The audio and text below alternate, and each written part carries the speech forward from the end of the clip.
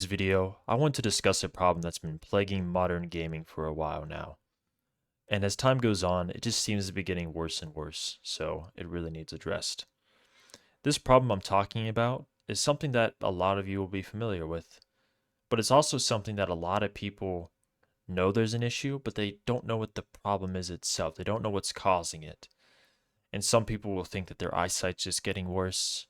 Other people may think that they're going crazy. Some people may just gaslight themselves into thinking that games have always looked this way. This problem that I'm talking about is called TAA, and what it does is cause the image to be blurry. Now, before I go more in depth into TAA and I show you some comparison images, I don't want to just spend the remainder of this time demonizing the technology without acknowledging why it was used in the first place and also its strengths. I want to be as fair and as objective as possible because I believe doing that is the best way to achieve change, while also providing constructive criticism and feedback for how developers can mitigate this problem. So TAA, which stands for temporal anti-aliasing for those who don't know, is an anti-aliasing technique that uses past frame information to anti-alias the image. This, in some ways, is superior to spatial anti-aliasing techniques, which do not acquire past frame information for its anti-aliasing process, because by using the past frame information, you can better tell what is aliasing and what isn't, because you have more data to work with. However, this process is not without flaws. Although it may be superior at anti-aliasing the image, it also comes with blurring and ghosting issues. Now, TAA is blurry no matter what, whether you're stationary or in motion. However, it is even extra blurry in motion. And the reason why is because it holding on to that past frame information bleeds into the next frame. And I'm going to show you some comparison images. First, I'm going to start with TAA in stationary versus TAA in motion. And then I'm going to do TAA off versus TAA. So this is Red Dead Redemption 2. This is TAA in stationary, kind of blurry, but this is at the moment you pan the camera. And this is just a light pan, nothing crazy. The faster you pan, the worse it'll be. That is pretty blurry. Now, I'm obviously recording a compressed YouTube video, and I'm not sure how well this will come across. But the more I zoom in, the worse this effect will get. Remember, I'm only zooming in to try to counteract YouTube's compression. I can see this perfectly fine without having to zoom in. And I'm also doing it for people watching this on smaller displays like phones. I'm on a monitor right now. So that is TAA, stationary versus motion. Here is another example in Dying Light 2. In motion, not in motion. Both are TAA. So this is not TAA off versus TAA on. This is just plain old TAA. Already blurry, extra blurry. Now, before I even show the other examples, many people's suggestions for fixing TAA, and they call it a fix, but I find that to be misleading, is they will say, well, just use sharpness. If it's blurry, just use sharpness. However, this is not actually a solution, because if that information is gone, sharpening does not bring it back. Sharpening brings back the illusion of detail. And I can't lie and say that it doesn't help to any degree. However, even when it does help, it only helps in stationary scenes, and it doesn't entirely negate the issue. It only helps a little bit. And even then, it does absolutely nothing to help in motion. There's no way you can correct this motion blur, because even if you made the sharpness aggressive enough to correct for the motion, that would mean that the stationary image would be very, very, very over sharpened. And there's also just too much detail destroyed to get an image that looks anywhere close to native resolution without TAA. So by the time you get to that level of sharpening, either way, you're going to have sharpening artifacts. Now let's move on to no AA versus TAA. This is Gears 4. This is TAA, this is no AA. Now, one thing I want to make clear is that I'm showing TAA versus no anti-aliasing. In an ideal scenario, I would be comparing TAA to another anti-aliasing method that isn't TAA, such as SMAA. But we don't live in a perfect world, and this comparison is with no anti-aliasing at all. So you may see some jaggies, but this is nothing too severe that a spatial solution could not clear up. Really, temporal solutions only really shine when the aliasing is absolutely awful and atrocious because the game was designed with it in mind. So please do keep that in mind for the remainder of these comparisons with TAA off, but even then, you can see how much clearer the image looks with no TAA. It is night and day. Now, before I even show the other comparisons, I just want to say if you do prefer TAA on, there is absolutely nothing wrong with that. Even if you prefer in every instance, even instances where it is incredibly blurry or it got a pretty bad implementation, there is nothing wrong with preferring blur, even if it's a lot of blur, or even destroying most motion resolution, if you find the blur to be less distracting than jaggies. But just know, as I respect your opinion, and many others will too, that there is also nothing wrong with preferring a clear, crisp, sharp, and consistent image in stationary or in motion over the blur that TAA causes. Now on to Witcher 3. TAA in motion, no anti-aliasing at all. Again, this is no anti-aliasing at all. Ideally, there would be at least some form of anti-aliasing. But because TAA is so prevalent, it's really the only anti-aliasing options provided in games these days.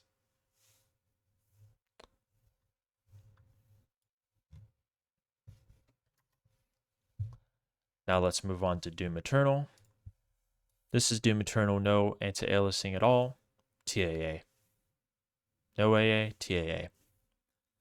Another problem to highlight with anti-aliasing is not only does it destroy details, but anti-aliasing almost completely, if not completely, removes specular highlights.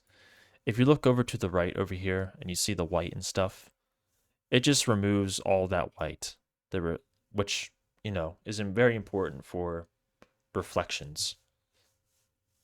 As you can see, the specular, very white details just get completely erased. So that can make things that are shiny look less good. Not to mention the image is just a lot blurrier. So there's me zooming in. And now let's go to another game. This is a game where no AA and TAA doesn't even really make that much of a difference. They both have about the same anti-aliasing quality level. And in fact, if I go down here, the only reason that this aliasing is being cleaned up is because it's just outright being blurred to death and destroyed. I wouldn't necessarily call that efficient anti-aliasing. I would just call that putting a blur filter over the game and saying it's a job well done. But this is one of the issues with TAA, is that it is a very dynamic solution that requires a lot of tinkering and experimenting, and developers just do not put that time into it. So it is very, very easy to mess up, and anything that's very easy to mess up is not good for being an industry standard, considering how often game developers mess things up, whether that's due to ignorance or crunch. Now, this is an example where both images are going to look bad. This looks pretty bad, and this looks pretty bad. This looks pretty bad because the grass just looks like a green blob. It is very ugly. TEA probably has some of the worst anti-aliasing that I have ever seen. And then here it is without it.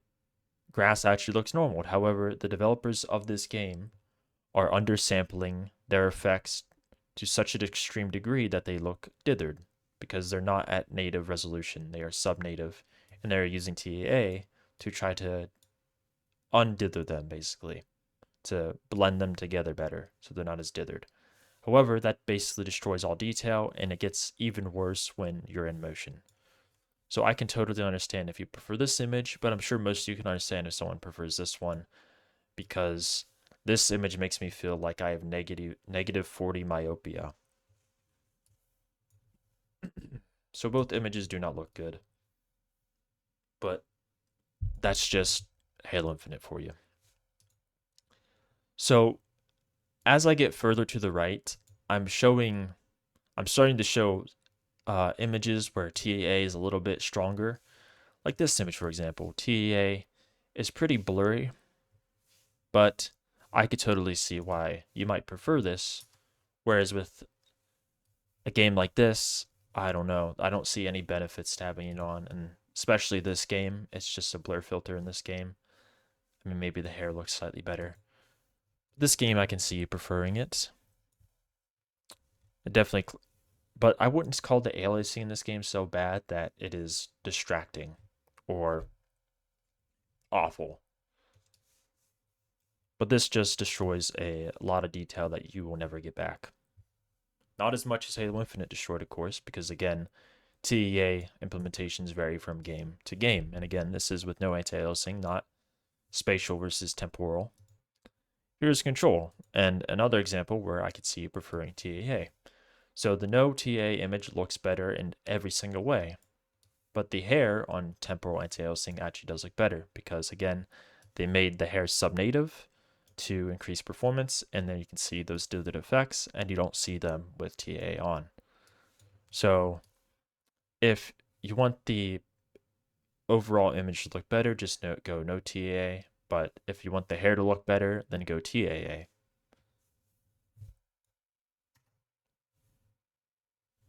So now I want to go to my notes.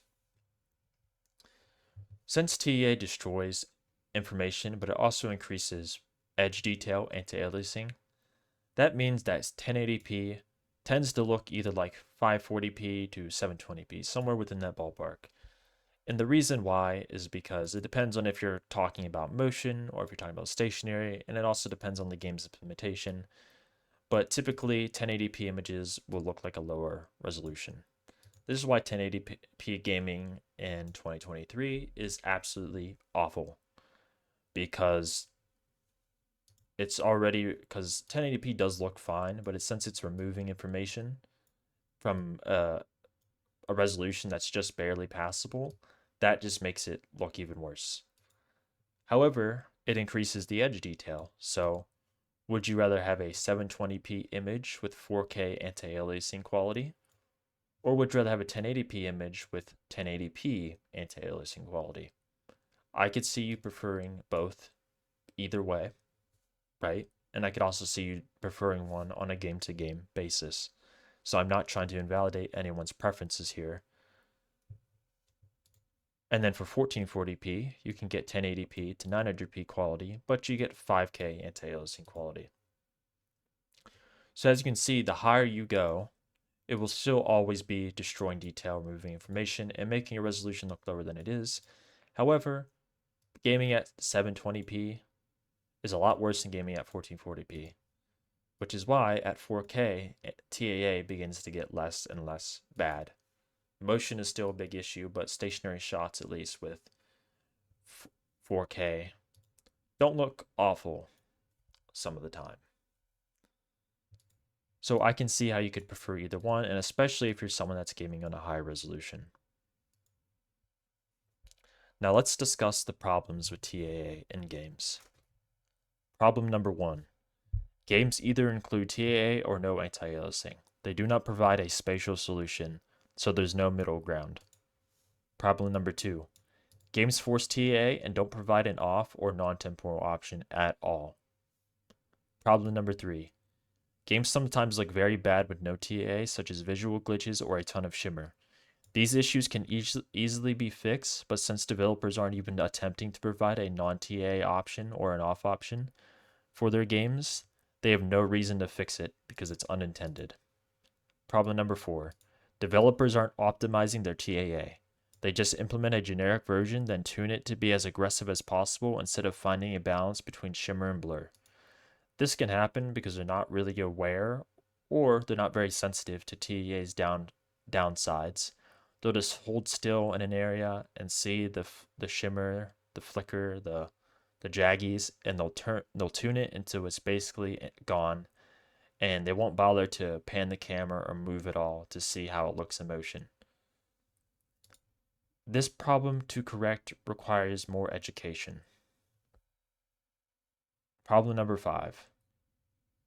Developers aren't providing TAA-based options so users themselves can adjust the strength of the effect and find their own balance of clarity to blur.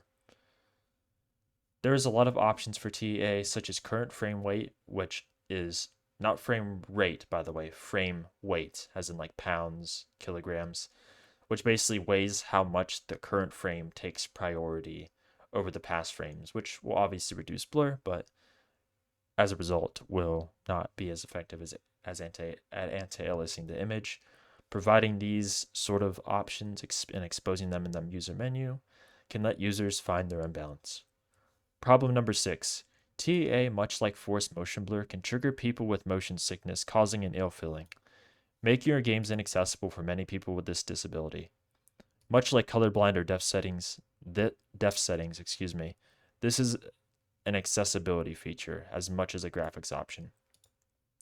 So much like subtitles, for example, are an accessibility feature for deaf people, it's also something that non-deaf people can enjoy. So TEA helps both ordinary people and people with disabilities. So it is an accessibility option as well, and it's very important to improve it or to provide no TEA options as well.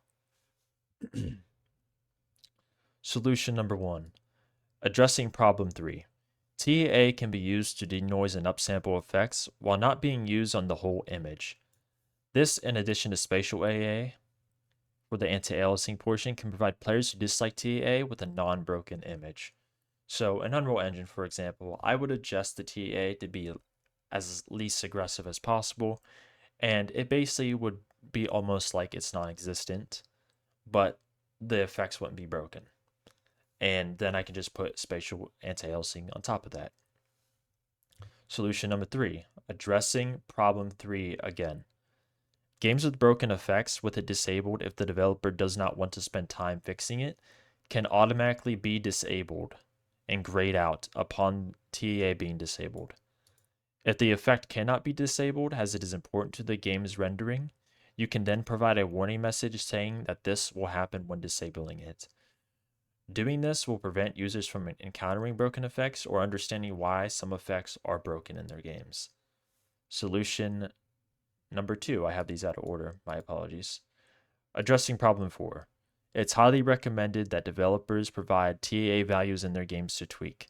However, if having multiple TEA presets with different levels of clarity to shimmer would also be a welcomed improvement if providing an off option or additional TEA settings in the menu will not be done. So since I, kind of stumbled on my words there, I'll explain this a bit better. If providing TEA-based values and options for the user to tweak is not something the developer is willing to do, having multiple presets with different, balances and clarity levels for different types of people is also a pretty good option. It's not as good as the other option, but anything is better than nothing. Notes. Non-TEA anti-aliasing may not always be superior, but in many instances where it is not, it's almost always because the game is built around it and non-temporal options weren't even thought of or optimized for during the process of making the game. This cannot be used as evidence that TEA is superior and that there's absolutely no reason to not be using TEA when the game was built around it. This would be like arguing AMD is superior because they have better performance in a game where they are sponsored. Games that weren't built around TEA and had it added later are the most jarring examples of just how bad the technology can be. Note number 2. The quality of TEA and even no TEA will vary from game to game. Some games will be bad but not too bad, while others will be horrendous. While some games will look fine with no anti-aliasing, others won't. The second problem is because of the issue stated above, and the former problem is due to the fact TEA is too dynamic and variable for a consistent implementation, and developers do not typically take their time to experiment and understand the technologies they're implementing. This is why a lot of the times technologies like frame generation will get the UI wrong, even though, NVIDIA and AMD's, guides and resources will clearly underline how to do it, and developers will fumble it. TEA, it's such a universal thing that there's really is no great universal resource that they can view in the first place. But it being highly variable and it can change from game to game. It can look good in one game, awful in the next. Is something that just causes a lot of headaches for gamers. So the quality is gonna vary, which means there may be some games where it's better to leave it off, and some games where it's better to leave it on. And that goes for both TA haters and TA lovers. You know, maybe not for the TA lovers, because even if it is really blurry and the aliasing isn't that bad, and I'm not trying to knock anyone's preferences, they still tend to still like it, but that's perfectly fine. In closing, all of the solutions mentioned here have been done before, most of which just weren't on mainstream AAA blockbusters. Despite the compartmentalization, I hope gaming studios with bigger budgets, more developers, and resources can spend a little bit of their time doing at least one of these things. Even if it's not the one that's the most helpful or goes the most in depth, anything is better than nothing, and we appreciate it. So please, even if it's the bare minimum, do something to provide an option for users that either dislike TEA or, I mean, at least most implementations of TEA or that suffer from motion sickness. Now, before I completely end the video, I just want to say that I'm sorry if there's anywhere that I've, stuttered or fumbled my words at all. I have not read over my notes or rehearsed any of this, and reading along can be difficult sometimes. I didn't really have everything I wanted to say written down right in front of me, so I was kind of just winging it. And I'm also sorry for the length of the video. I know most of you probably have not gotten this far. If you have, I really appreciate it. Please like this video and comment if you agree with it, because this video getting as many views as possible is good for bringing this issue to developers' attention, right? Because if developers don't see this, then it doesn't matter what we say or do, right? It needs to get to their eyes. And the best way to do that is for this video to get popular. Whether the developers see the video itself or they just hear people talking about the issue and they are aware that they want a solution. So with that all being said, thank you so much for watching this video. I really do appreciate it, and I don't typically ask for likes, but if you guys do like the video, then please show some support. If you want a place where you can talk about this issue in a form where you can find workarounds, because some games may have TEA forced, but there are ways that you can actually discuss it and find workarounds. You can go to the subreddit called Motion Clarity. It's a subreddit that I just created dedicated to motion clarity, which can include TEA, but we also include black frame insertion technologies and sample and hold displays, which can also cause blur in games. But that's a problem that's even more old than TEA, and this is not the focus of the video. But I'll leave a link to this subreddit in the description. Thank you for watching. Peace out.